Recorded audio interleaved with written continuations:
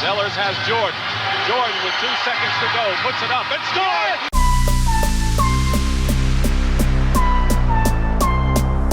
All right, old school NBA fans, self-research, NBA facts. Got another video for you. As always, thanks to anybody who watches my videos, subscribes to my channel. I really appreciate it. In this video here, I'm touching on something that I never hear the media bring up, and that is how historic the 1989 Chicago Bulls run was. I've heard plenty about 2007 and even 2018. Obviously, all pro LeBron. And we've heard a lot about like the 95 Rockets run. But as far as a non-championship run, there's a few that really deserve note.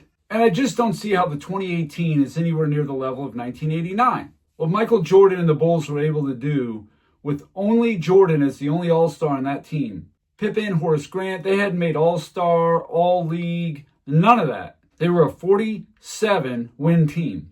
That's it.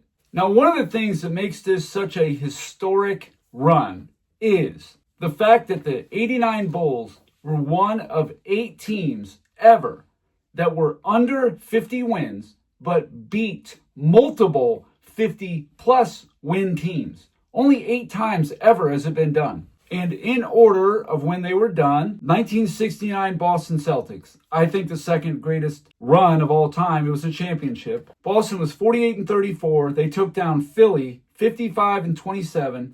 The Knicks 54-28. The Lakers, who were 55-27. Now Philly had Billy Cunningham and Hal Greer. The Knicks had Willis Reed, Walt Frazier, and Dave DeBusschere. And the Lakers had Elgin Baylor, Jerry West, and Wilt Chamberlain. That's 8 top 75 players. That's the most ever beaten in a single playoff run. 1969 Boston Celtics. They own that. The next time was 77 Portland. They had a nice run. They were 49-33.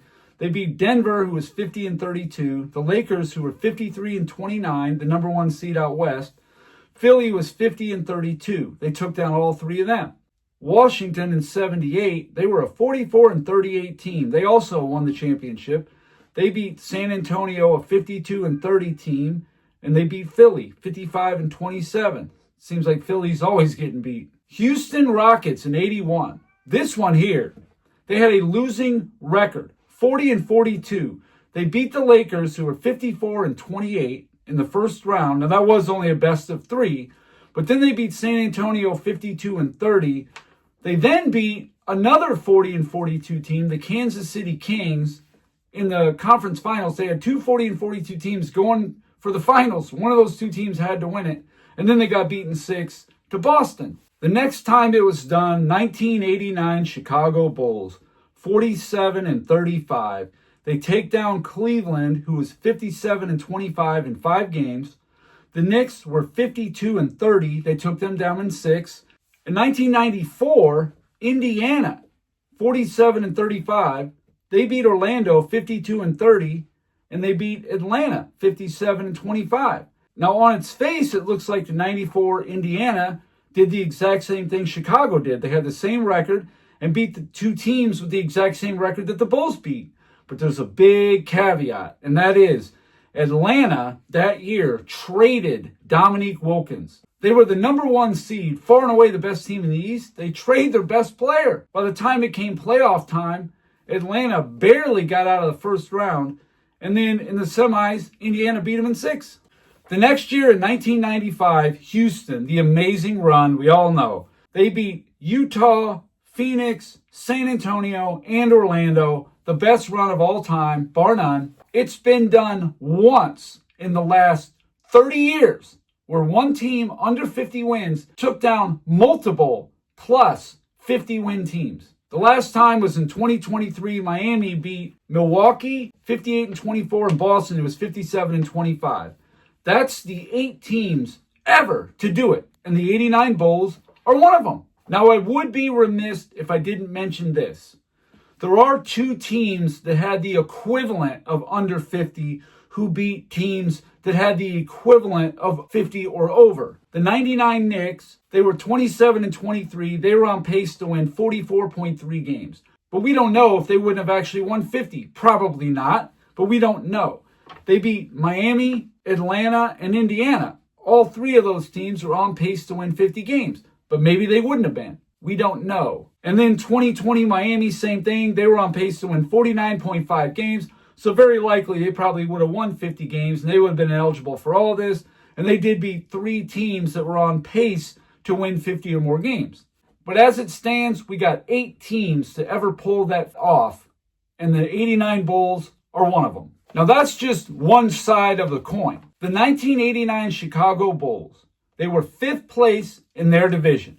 Here's what the division looked like. First place, Detroit Pistons, the champions. Second was Cleveland, 57-25. They were the number 1 net rated team. Third was Atlanta, 52-30. They had Dominique Wilkins, Moses Malone, both made All-Star. Milwaukee was 49-33. They had Jack Sikma, Terry Cummings, Paul Pressey, Sidney Moncrief. That's who the Bulls had ahead of them.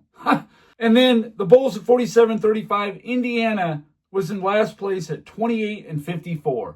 That division was so stacked. The Bulls finished 5th, but still got to the conference finals. Insane. Now, you want to look at the 2018 Cleveland Cavaliers that I hear the media talking about? Well, Cleveland won their division. They were 50-32. Indiana was 48-34. Milwaukee 44-38. Detroit 39-43. And Chicago 27-55. That division looks like I'd love to play in that division. All right. The other historical factor about 1989 Chicago Bulls. They finished 5th place in their division. Here's every team that made the playoffs from the 5th place in their division in the history of the NBA. Now, there wasn't 5 teams in a division, I think, until the early 80s. But there were some years where 5 teams got in one and 3 in the other. Okay, so it didn't happen every year, but it did happen a lot. And as you can see, 1984 Washington, they were 35-47, lost in the first round. San Antonio in 85, Sacramento in 86, Chicago in 87, Cleveland in 88, San Antonio in 88, Portland in 89, Indiana in 1990, Houston 1990, Seattle 1991, and Indiana 1991. Every 5th place team got beat in the first round. Oh, I got a lot more. 92, you got the Clippers. Indiana in 93, the Lakers in 93, Atlanta in 95, Detroit in 96, the Clippers in 97, Cleveland in 98. They were in the exact same position the Bulls were in, 47-35, 5th place in their division. But they got beat in the first round. Amazing how many of these central divisions had 5 playoff teams.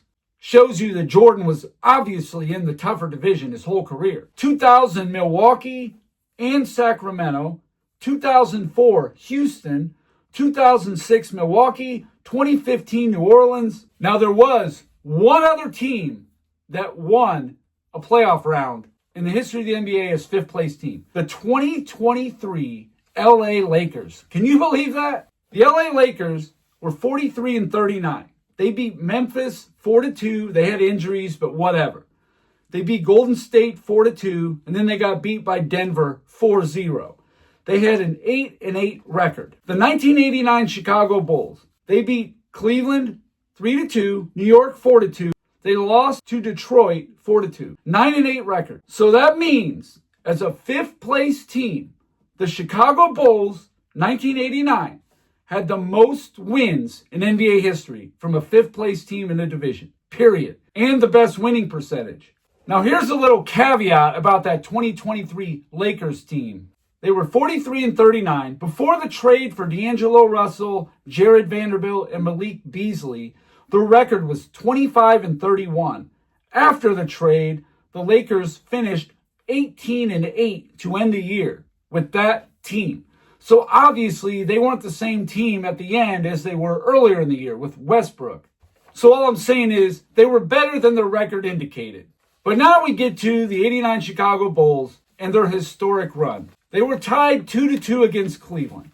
A lot of people know about the 98 finals against Utah. And that epic finish, Jordan makes the layup, he gets the steal, then he hits the game-winning shot. Absolutely dramatic, Amazing finish by the GOAT, no doubt. But did you know, at the very end of the 1980s, he had a just as dramatic finish to a game that was do or die. 1989 first round against Cleveland. Cleveland is definitely heavily favored. They beat the Bulls all 6 times in the regular season. 6-0, whooping them. But in that game 5, down the stretch, with about 25 seconds to go, and then this happened. Chicago, 97-95. Harper leaves it for Elo, goes for 3. Now Cleveland's up 1. So how do the Bulls respond? Here you go. To go in the middle of the floor. Jordan has it, and Jordan puts up a jumper and hits. Now with the Bulls up 1, Cleveland has time for one last play, and they run a play no one expected. Elo will inbound. He gets it into Nance, gets the ball back, drives to the hoop. Back and forth, dramatic, all this happening with under 20 seconds to go. The Bulls have a chance for one last play, down 1, and this is the finish. Zellers has Jordan. Jordan with 2 seconds to go, puts it up and scores! That's known as the shot right there. And I think that shot propelled the Bulls into the dynasty that they became in the 90s. So now in the next round, Bulls are playing the Knicks. They're up 3-2. It's game 6 in Chicago. They lose that game, it's going back to New York. So with a couple minutes left in the third quarter, all of a sudden, this random play happens. Out of 5, look out, it's Walker and Pippen getting involved. Oh, Pippen got in a fight with Kenny Walker. That's stupid. What were the ramifications of that? Off the ball action.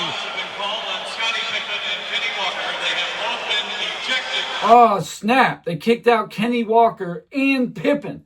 What an idiot. Why would you get kicked out in such a critical game? From what I remember, the Bulls were up by 5 with 2 minutes to go in the third quarter. Pippen's out. So all you people say, oh, Pippen's the savior. Jordan couldn't win without Pippen. Oh, my God. He couldn't do anything. It was Pippen. He was a man. Well, Pippen wasn't there in the whole last quarter. Doug Collins had to be restrained by assistant coach Johnny Bach. So it's a tight game. Jordan just hit 2 free throws, put him up 4. The game is over by all intents and purposes. And then Craig Hodges makes the most boneheaded play of his career. Foul. Tucker from 3. Yes! And the foul! Yeah, you heard that right. That's a 3 with a foul. The game is now tied. The Bulls have time for one more shot. Now Jackson had a switch off. Here is Jordan. The contact made, and a foul is called. Jordan got fouled. What do you think he did at the foul line?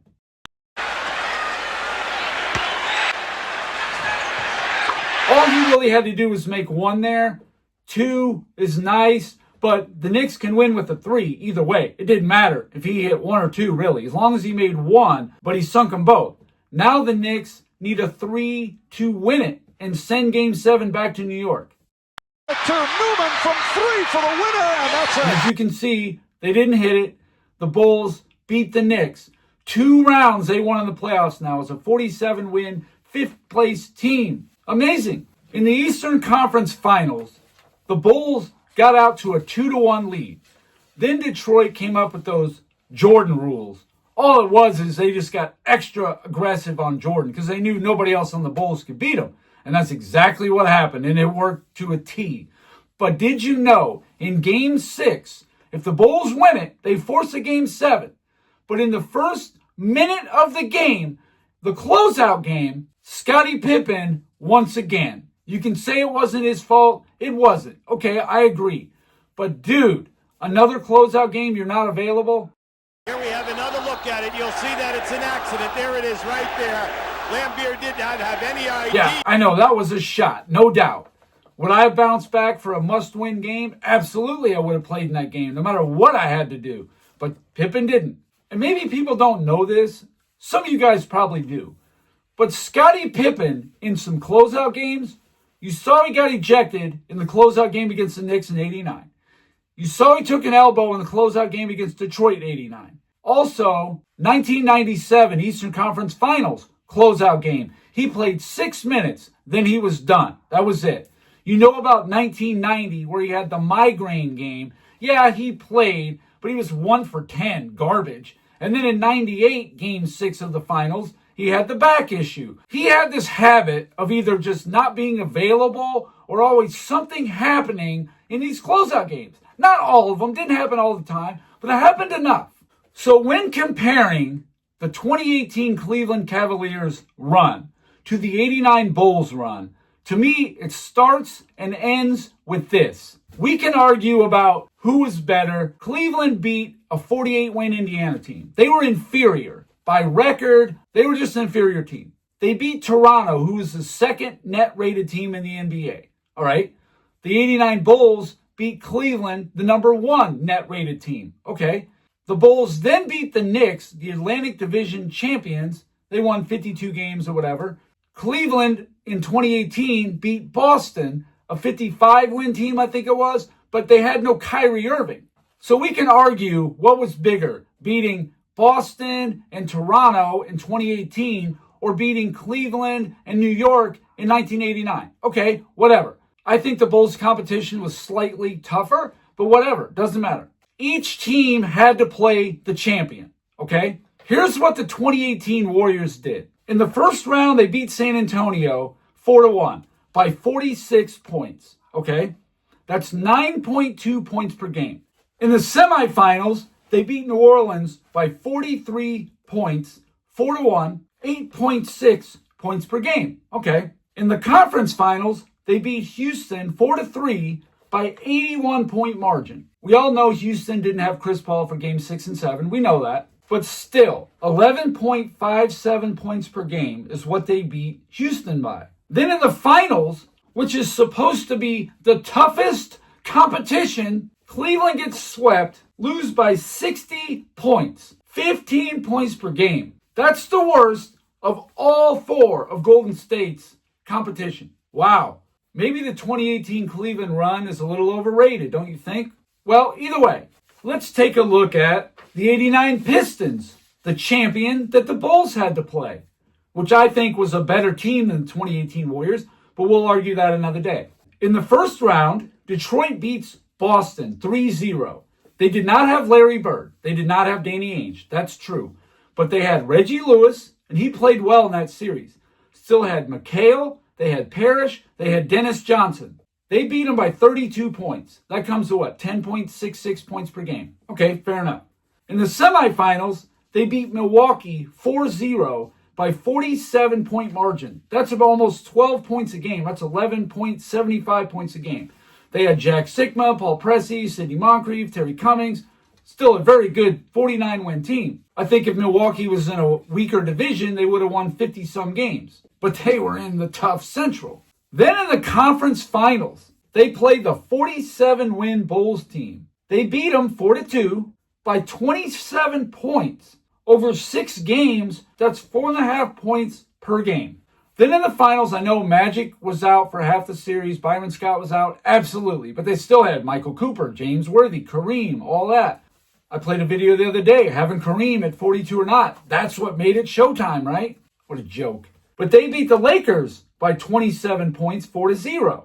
So that comes to 6.75 points per game. So that means the Bulls gave the Pistons their biggest fight, not only by winning 2 games, but also by the lowest point per game margin, where Cleveland in 2018 was the weakest competition for the Golden State Warriors, the champion. If you want to say 2018 was some great run, you go right ahead and do that. You want to do it just because it was LeBron. The NBA as a whole was very weak in 2018. Houston won 65 games. Give me a break. Toronto won, 59 games? Come on. That's the second net-rated team in the NBA. Don't make me laugh. Michael Jordan was in a division in 1989 that had Reggie Miller, Moses Malone, Dominique Wilkins, Isaiah Thomas, and Dennis Rodman. 5 top 75 players in his division. Not to mention Hall of Famers Joe Dumars, Jack Sikma, Sidney Moncrief. 5 top 75 players and 8 Hall of Famers. But people need to recognize that 89 Bulls run and how historic it was from a 5th place team perspective from a beating multiple 50-win team perspective, and also by being the toughest competition that Detroit had, and they were only a mere 47-win team. Give them some respect. Cleveland was a 50-win team and won the division in 2018. Not really that big of a stretch to win against teams that are about on your level. And then when they got to a team that was clearly better than them, they got annihilated, worse than all the other teams that played the Warriors. But the Bulls, they were playing a team definitely out of their league, but they at least gave them a fight and won 2 games. So anyway, that's all I got for this video. Thank you guys for watching. If you liked it, please hit the like button. If you wouldn't mind sharing it, that would be great. If you haven't subscribed already, please do. I give daily content, and that's it. Until next time.